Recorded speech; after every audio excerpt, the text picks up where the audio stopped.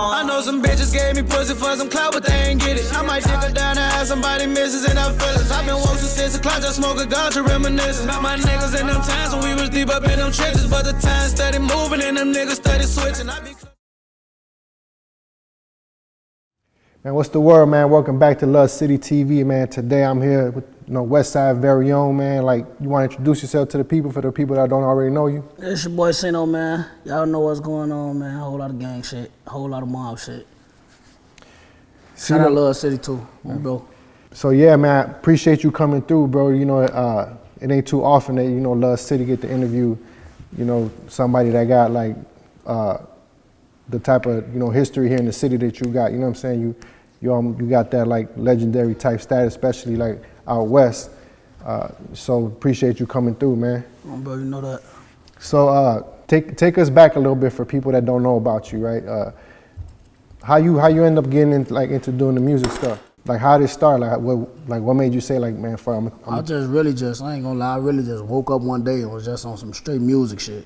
I just got tired of, steady getting booked, fighting cases, going to jail back to back. That shit got boring. Like, that wasn't it.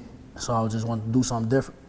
Shit, one day I just woke up like, shit, I'm finna try to rap.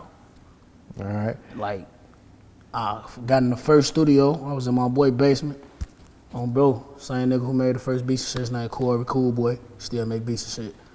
But we made the first song in his basement, and shit, like a month or 2 months later, our shit just started jumping. Like, we hearing that shit everywhere.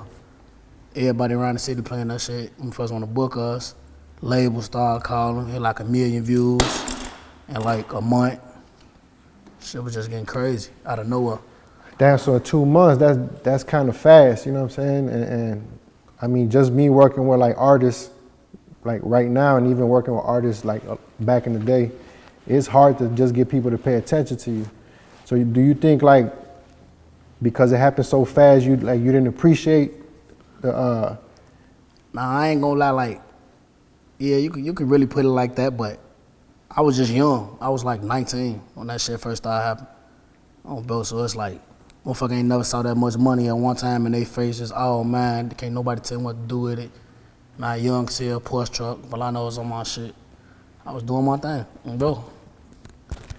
So what other artists was like, so like we spoke about, right? Like when all that stuff was happening, I was locked up, right? And we didn't really listen to no like underground stuff in there. It was just letting us listen to like all the commercial shit.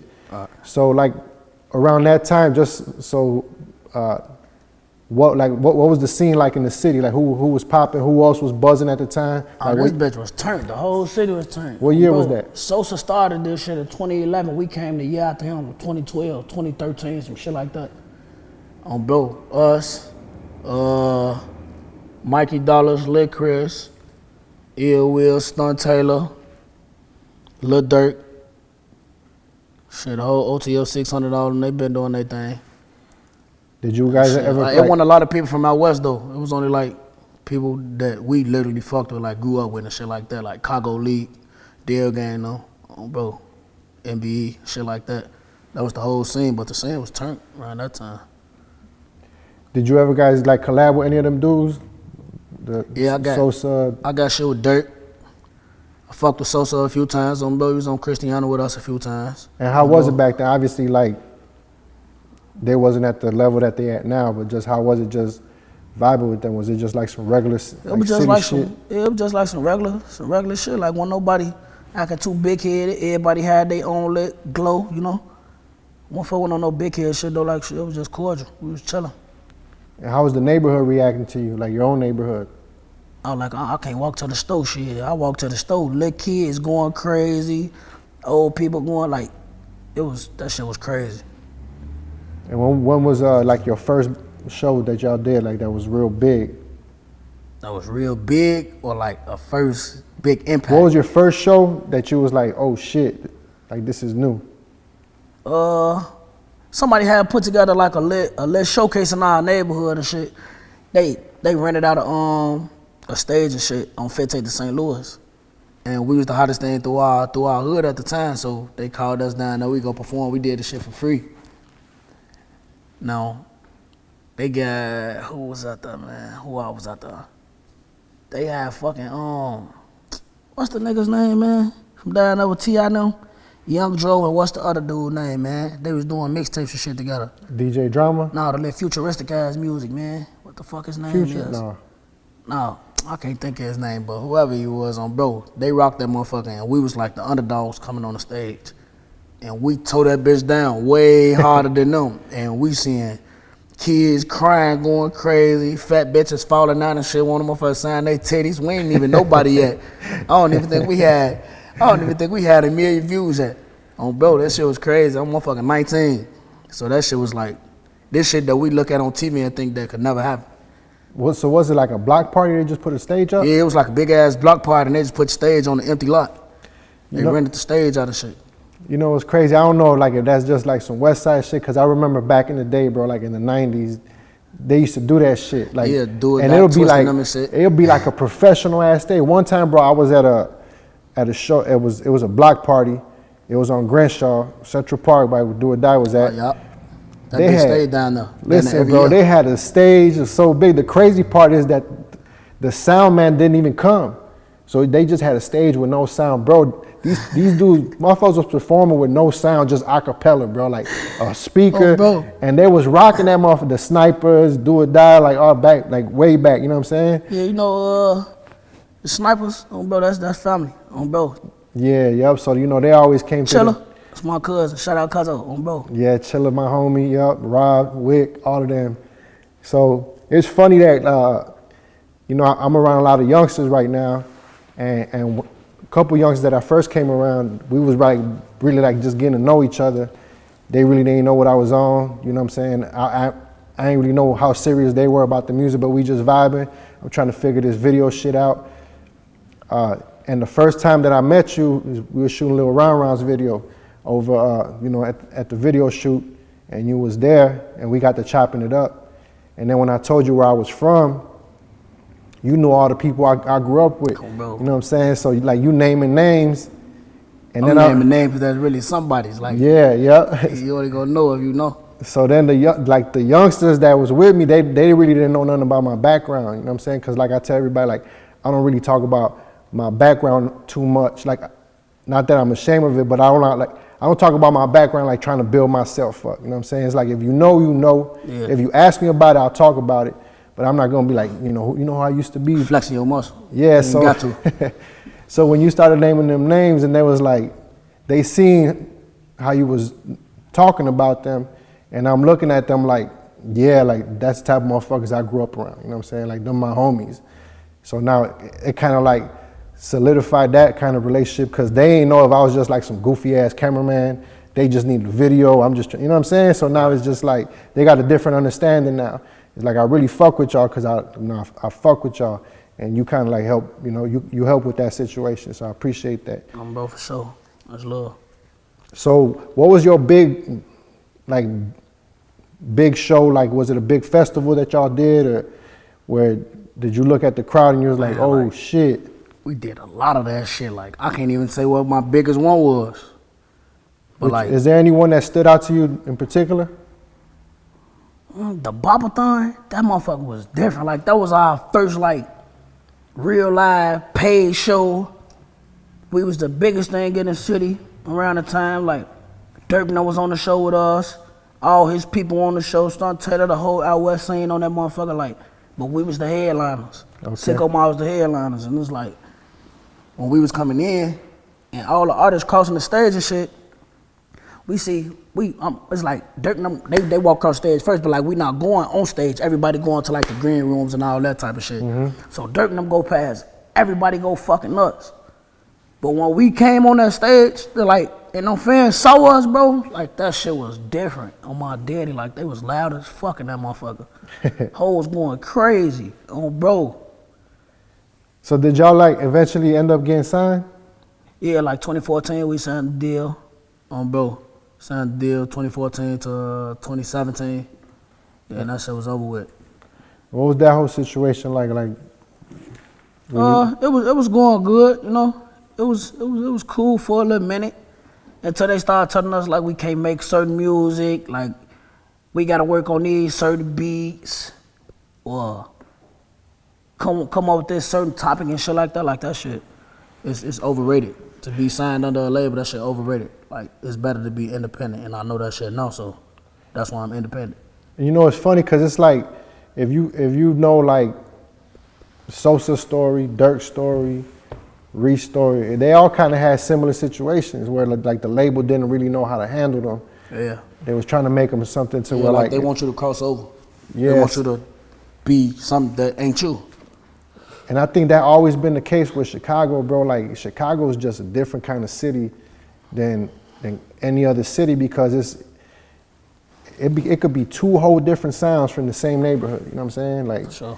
And they don't understand that, so they might be familiar with one type of artist, and they probably like trying to see you. Can you do that type of music? And it's like, no, everybody got their own style. So yeah, everybody got their own story, their own style. Everybody been through the same shit, but different shit. You feel me? So motherfuckers really in Chicago, don't nobody want to be alike. Everybody want to be different, but a lot of people don't know how to be different, bro. And nobody sound like us when we came out. So if you could do it all over again, like, what you would have did different? Like, what? I would have stayed independent longer instead of signing the deal. Definitely, bro.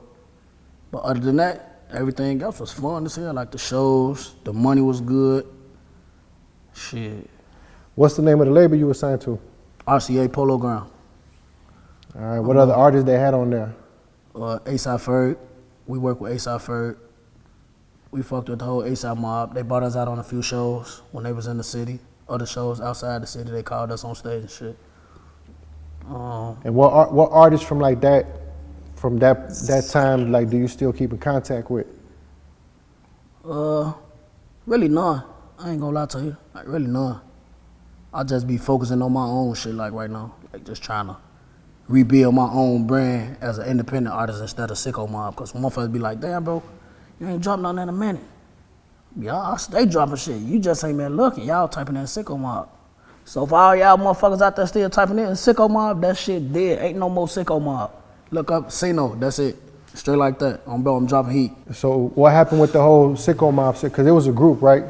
Yeah, it's a group, but like we really like, we was a real mob. Like, that's our whole hood. That's what we call ourselves.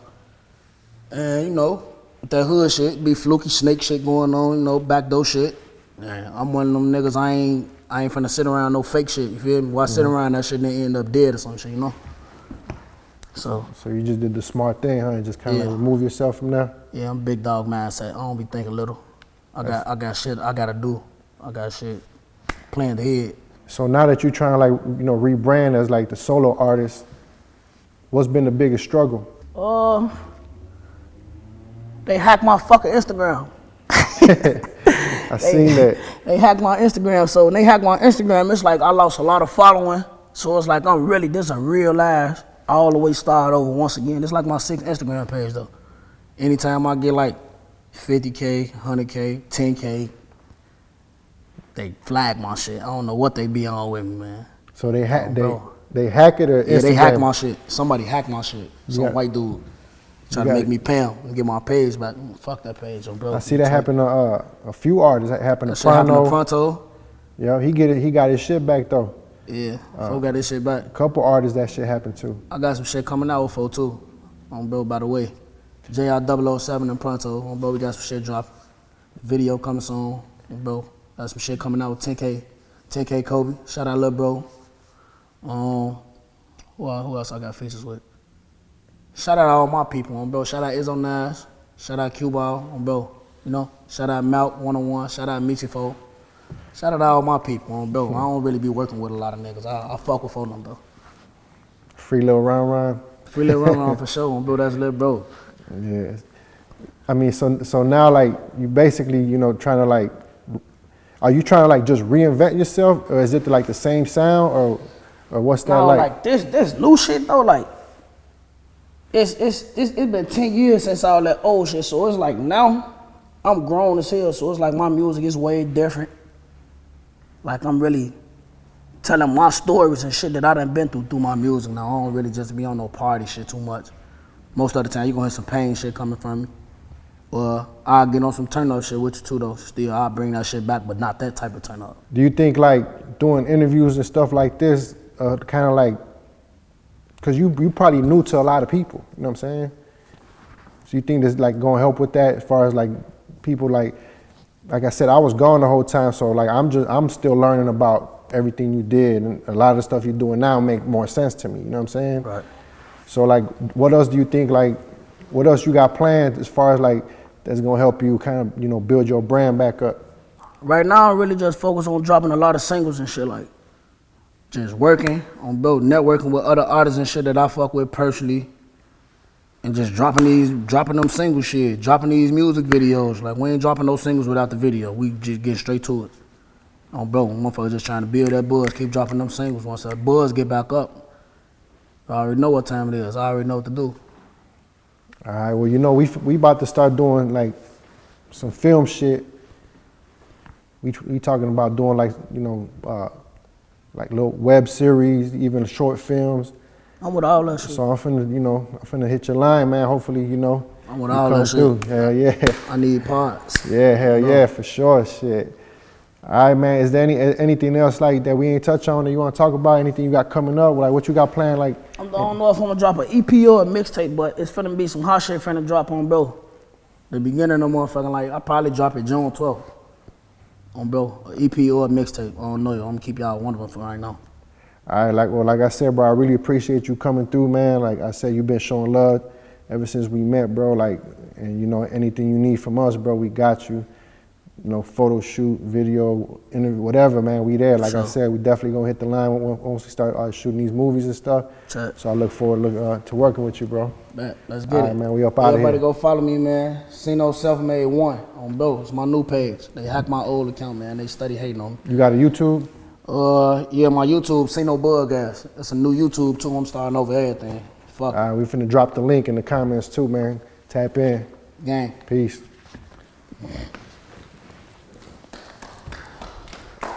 Somebody just called my shit. Get your goof ass. She said she really had my back and she will never move on. I know some bitches gave me pussy for some clout, but they ain't get it. I might take her down and have somebody misses in her feelings. I've been woke since 6 o'clock, just smoke a ganja reminiscing. About my niggas in them times when we was deep up in them trenches, but the time steady moving and them niggas steady switching. I be clutching on this 30, I'ma shoot it till it's clicking. Get your bitch up on my dick, she tryna fuck, but I ain't with it. Boy, be careful with them switches when you shoot that bitch be glitching. I be cautious out in public, cause I know these niggas clicking, but they know I ain't no holy reason. Gon' always stand on business. All these labels steady calling. I can't do shit with a million. I'm the one they look up to. I gotta stack it to the ceiling. Sister, that you love me, you can feel it in your eyes. I fell in love once, I don't wanna feel it twice. So tell me, is it real? Do you want me for the hype? So tell me, is it real? Do you want me for the hype? If you ain't shooting with Love City, I don't know who you shooting with.